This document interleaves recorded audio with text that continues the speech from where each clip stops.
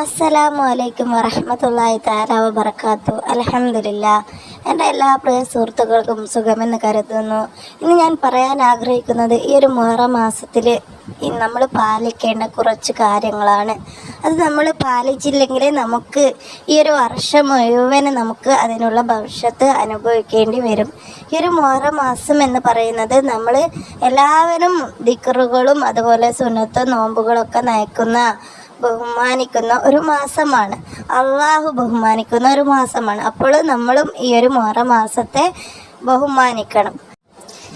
ഈ ഒരു മാസത്തെ വില കുറച്ച് കാണുന്നവർ, അതുപോലെ ഈ ഒരു മാസത്തിൽ ദിക്റൊന്നും ചെല്ലാണ്ട് ഇബാദത്തുകളൊന്നും എടുക്കാണ്ട് നമ്മൾ വില കുറച്ച് കാണുന്നവരുണ്ടെങ്കിൽ അവർ ഒന്ന് സൂക്ഷിക്കുക. അവരെ പടച്ച റബ്ബും വില കുറച്ച് കാണും. അവർക്ക് ഈ ഒരു വർഷം മുഴുവനും അല്ലാഹു തആല ബറക്കത്ത് തരുകയില്ല. കാരണം അല്ലാഹു ബഹുമാനിച്ച ഒരു മാസമാണ് ഇത്. ഈ ഒരു മാസത്തെ നമ്മൾ ബഹുമാനിക്കണം. ഈ ഒരു മാസത്തിൻ്റെ പവിത്രത ഒരുപാടുണ്ട്, പറഞ്ഞാൽ തീരില്ല. അതുകൊണ്ട് എല്ലാവരും ഈ ഒരു മാസത്തെ ബഹുമാനിക്കാൻ ശ്രദ്ധിക്കുക. മുഹറം മാസം എന്ന് പറയുന്നത് നമ്മൾ 113 ബിസ്മിയൊക്കെ എഴുതുന്നില്ലേ, നമുക്ക് ഈ ഒരു വർഷത്തിൽ നമ്മുടെ ആഗ്രഹം സാധിപ്പിച്ചെടുക്കാം എന്നൊക്കെ പറഞ്ഞിട്ട്.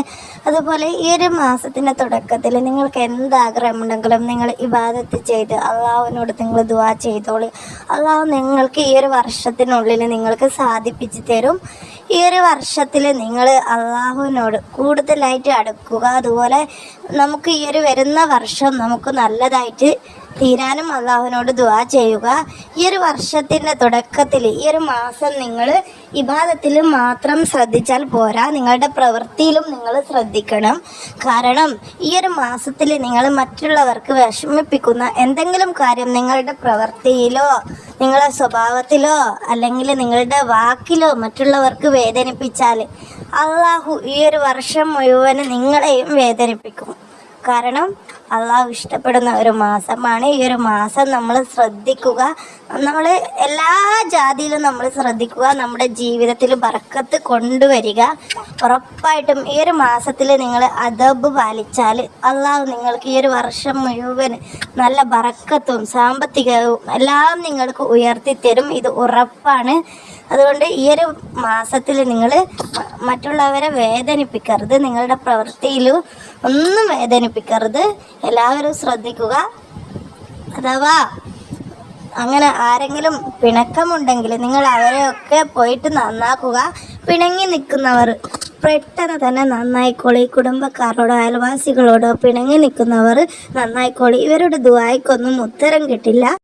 നമ്മൾ ശ്രദ്ധിച്ചാൽ നമ്മുടെ ജീവിതത്തിൽ വലിയ മാറ്റം തന്നെ തരും. അള്ളാഹു നമ്മുടെ ജീവിതത്തിൽ ബർക്കത്ത് തന്നുകൊണ്ടേയിരിക്കും. അതുകൊണ്ട് മറ്റുള്ളവരെ മാക്സിമം വിഷമിപ്പിക്കാതിരിക്കുക. അതുപോലെ ഈ ഒരു മാസത്തെ നമ്മൾ ബഹുമാനിച്ച് നല്ല ഇബാദത്തൊക്കെ ചെയ്ത് കാണുക. ഇൻഷാ അല്ലാഹ്. അസ്സലാമു അലൈക്കും.